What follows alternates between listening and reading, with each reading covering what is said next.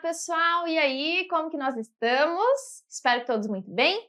Firmes e fortes aqui para continuarmos no nosso estudo sobre administração financeira e orçamentária. Gente, agora a gente vai entrar em normas gerais do direito financeiro. Então, vamos aqui só, rememorar a lógica da atividade financeira do Estado. Olha só, a gente tem aqui a parte de receita pública, despesa pública, crédito público e orçamento público. Então, a atividade financeira do Estado, ela está montada, ela está marcada por essas quatro características aqui, quatro finalidades, né? A gente vai olhar para a obtenção de recurso, para a criação de recurso, que é diferente de apenas obter ali, né? Criar o recurso por meio de crédito, por meio de endividamento. Gestão do recurso por meio de um orçamento público, que é um instrumento, é um instrumental que vai fazer com que a gente faça uma gerência do recurso da melhor forma possível, e o dispêndio do recurso. Então, o direito financeiro, ele vai ter como objeto de estudo a atividade financeira do Estado. Beleza, pessoal? Maravilha! Olha só, antes de eu entrar efetivamente aqui no artiguinho da Constituição, eu só quero fazer um comentário aqui com vocês.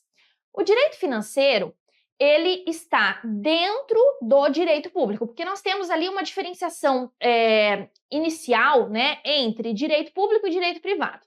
Então, no direito privado ali, o exemplo clássico que a gente tem, né, o direito civil, disciplinar as nossas relações civis, casamento, propriedade, divórcio, enfim, toda a lógica privada, tá? Já no ramo do direito público, a gente tem vários outros ramos do direito. Então, exemplo clássico do direito público, constitucional, administrativo. Um dos exemplos do direito público é o direito financeiro, que antigamente, gente, né, antes de existir o direito tributário, era o direito financeiro que era estudado. A partir de determinado momento na nossa história, a gente deslocou, a gente retirou do direito financeiro o direito tributário. Porque veja, olha só aqui, ó, só antes, né, da gente entrar ali. Na obtenção de recurso aqui, eu tenho as receitas originárias e as receitas derivadas, tá? Dentro das derivadas, eu obviamente vou ter os tributos, as contribuições, ok. Aí, olhando para este cenário aqui, né, olhando para a importância gigantesca do tributo dentro deste mundo todo aqui, que é a atividade financeira do Estado, concluiu-se que era interessante estudar apenas o tributo por meio de um direito específico. E aí você faz aqui a retirada desse direito tributário de dentro do direito financeiro. Então veja que o direito financeiro ele é bem maior, ele é bem mais amplo e ele abarca muito mais coisa do que apenas o direito tributário, porque o direito tributário, qual é o foco de estudo dele? Uma origem, né? Uma origem que é a origem tributária da receita corrente. Então, pessoal, a gente tem aqui no artigo 24 da Constituição Federal esta competência concorrente, que cabe à União, aos estados e ao Distrito Federal, né? Eles três, de forma concorrente, vão legislar sobre direito financeiro e sobre orçamento. Então, você tem ali, né, essa legislação de forma concorrente. Ou seja, eles três podem legislar sobre isso. E vai competir aos municípios, que veja, o município ele não está aqui no 24. Então, o município ele vai legislar sobre assuntos de interesse local, caso haja necessidade, e vai suplementar a legislação federal e estadual no que couber, caso ele sinta a necessidade de suplementar essa legislação.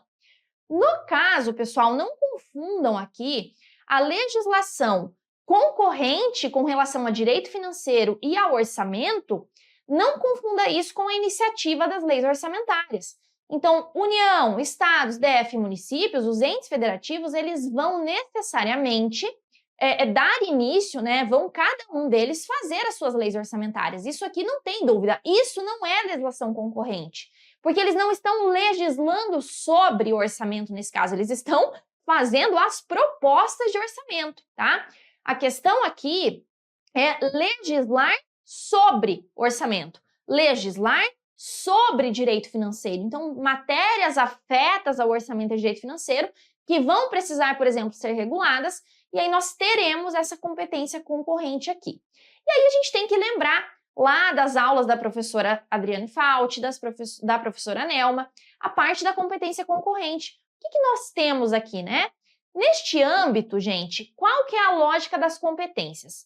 Então, a União compete estabelecer normas gerais. Então, ela limita-se a estabelecer normas gerais de acordo com o parágrafo 1º do 24.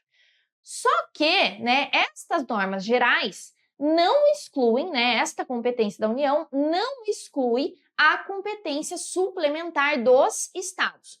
Ou seja, aqui, o estado, se ele achar necessário fazer uma suplementação daquela norma geral da União, ele pode fazer, não tem problema nenhum, tá?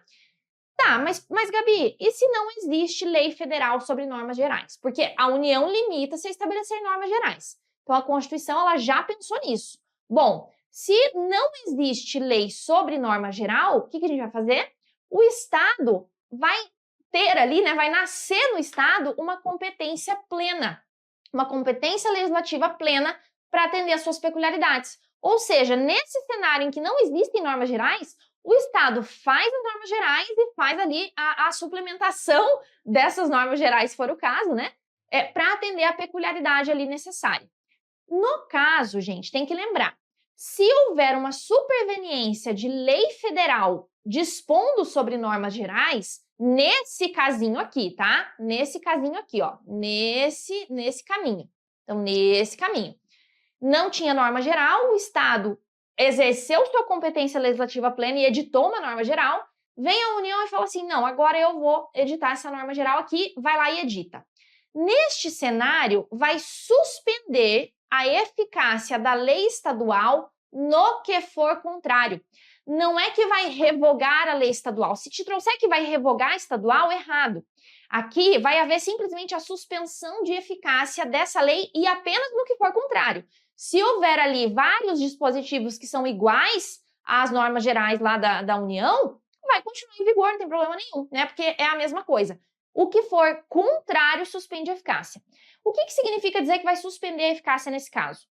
Significa dizer que se esta lei de normas gerais cair da União, né? Se a União, por exemplo, revogar ou se ela for, enfim, declarada inconstitucional por algum motivo, não sei, se ela cai, o que acontece? Essa lei do Estado, que dispunha sobre normas gerais, volta à vida, né? Então, ela fica ali suspensa. Se houver qualquer problema nas normas gerais da União e essa lei cair, essa lei do Estado volta a produzir os seus efeitos, beleza?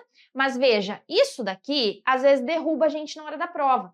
Esse peguinha, porque não é revoga, é suspende, e é apenas no que for contrário, não é que suspende a eficácia da lei estadual inteira, completamente. Não, é só no que for contrário, beleza?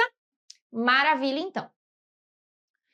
Até hoje, pessoal, no nosso direito financeiro, a gente ainda tem a 4.320 de 64, que estatui normas gerais de direito financeiro, olha lá, ó, de direito financeiro, para elaboração, controle dos orçamentos e balanços da União, Estados, DF e municípios. Então, ela se aplica aqui a todos os entes federativos, né? Uma lei aí de caráter nacional, tá? Nós temos aqui, pessoal, uma situaçãozinha. Essa lei 4.320, ela acaba sendo sui generis no nosso âmbito jurídico. Por quê? Porque ela foi uma lei aprovada por maioria simples, ela era uma lei ordinária, né? Quando ela foi feita. E nós temos na Constituição Federal de 88 aquela lógica de que matérias relativas a essas normas de direito financeiro serão trabalhadas por meio de lei complementar. Então, prazos, regras, exercício financeiro, tudo isso de direito financeiro, né, que é atualmente a 4.320 que trabalha, tudo isso será trabalhado por uma lei complementar, será regulado por uma lei complementar. Nós temos isso na nossa Constituição. Então, gente, o que aconteceu aqui? A gente recebeu, né, o nosso ordenamento jurídico recepcionou a 4.320 como uma lei complementar, com status de lei complementar. Por quê? Porque ela trabalha, ela regula temas reservados à lei complementar. E aí, qual seria a situação sui generis desta lei atualmente, né, no nosso ordenamento? A situação dela é porque, em situação formal, né, num âmbito formal, ela é ordinária. Ela é ordinária porque ela foi aprovada por maioria simples. E no âmbito material, ela é complementar, porque ela regula a matéria, né, a matéria que está dentro dela é uma matéria reservada à lei complementar, beleza? A ordinária é uma lei sempre que vai ser aprovada por maioria simples e a complementar lá por maioria absoluta, tá bom? Então, a forma da aprovação da lei complementar, ela é mais difícil, porque você tem que ter um quórum maior de aprovação ali para conseguir isso, beleza? Então, ela é sui generis, né? O status dela é de lei complementar por conta dessa recepção por meio da Constituição Federal dela ser uma lei complementar, mas formalmente ela é uma lei ordinária e materialmente ela é uma lei complementar. A lógica do formal e do material, se você não sabe isso muito bem, você tem que fazer a distinção na sua cabeça. Formalmente falando, significa o processo de aprovação dela, o procedimento, a parte procedimental.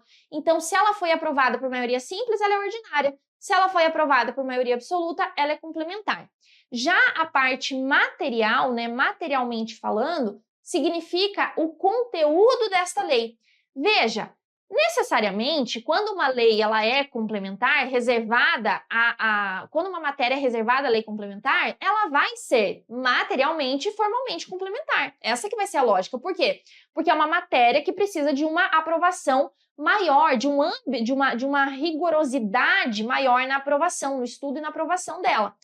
Então, necessariamente, ela vai ser tanto material quanto formalmente complementar. A diferença para a 4.320 é porque ela foi aprovada antes lá da Constituição Federal e antes da Constituição de 67. E aí ela foi aprovada de forma ordinária, né, de forma maioria simples. Então, em termos de procedimento, ela é ordinária e em termos de conteúdo, ela foi recebida como lei complementar, beleza? Maravilha. Aqui, pessoal, a gente tem na nossa Constituição o artigo 65, parágrafo 9º, e ele diz para nós que cabe a lei complementar. 1. Dispor sobre o exercício financeiro, a vigência, os prazos, a elaboração e a organização do PPA, da LDO e da LOA. Estabelecer normas de gestão financeira e patrimonial da administração direta e indireta, bem como condições para a instituição e funcionamento de fundos.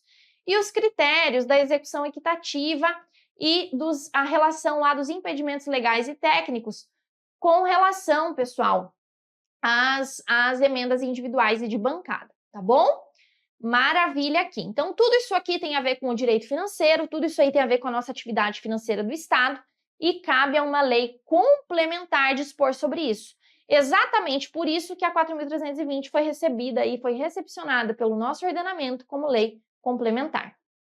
Então, vamos praticar este bloquinho aqui.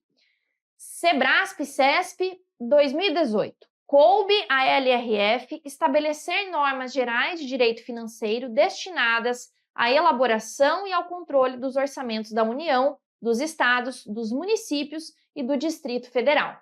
Gente, normas gerais de direito financeiro não cabem à LRF coisa nenhuma, né? A LRF, ela vai trazer todas as normas de responsabilidade na gestão fiscal. É para isso que ela nasceu. Então, ela traz responsabilidade, transparência, controle na gestão fiscal. Então, ela vai trabalhar os termos lá, os anexos de metas, os anexos de riscos da LDO, renúncia de receita, geração de despesa, despesa obrigatória de caráter continuado, limites para endividamento, toda a minha lógica de como eu vou gerir recursos e obter endividamento, né, criar o endividamento da forma mais responsável possível.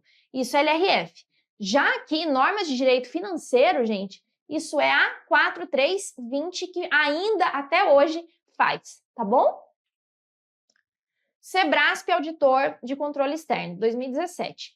Os Estados-membros e o Distrito Federal estão impedidos de editar normas gerais acerca da elaboração dos seus orçamentos, porque a Constituição Federal atribui tal competência legislativa à União.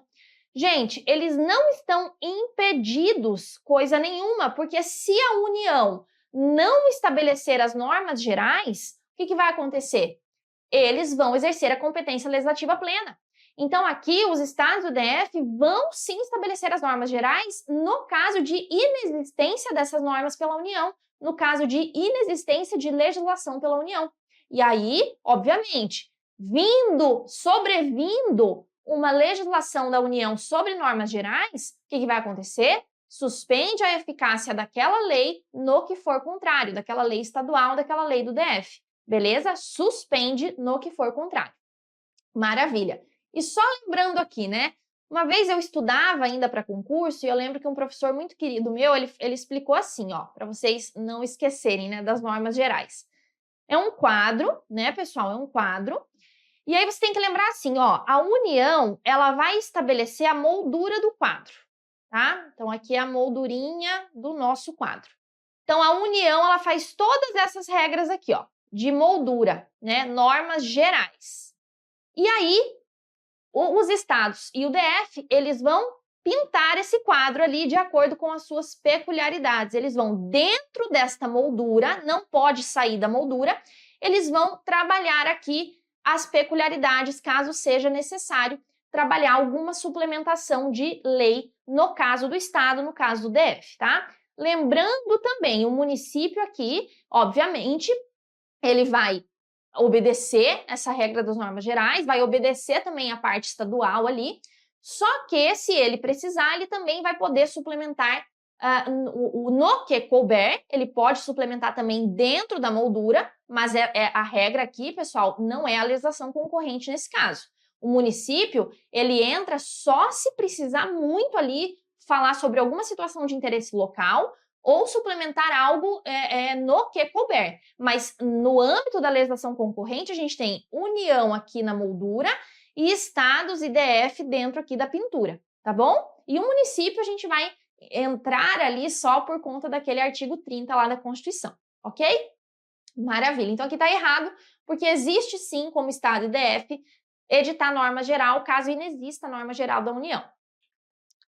É isso, pessoal. Trabalhamos esse bloquinho aqui e eu espero aí que vocês tenham entendido, que tenha ficado um pouquinho mais claro.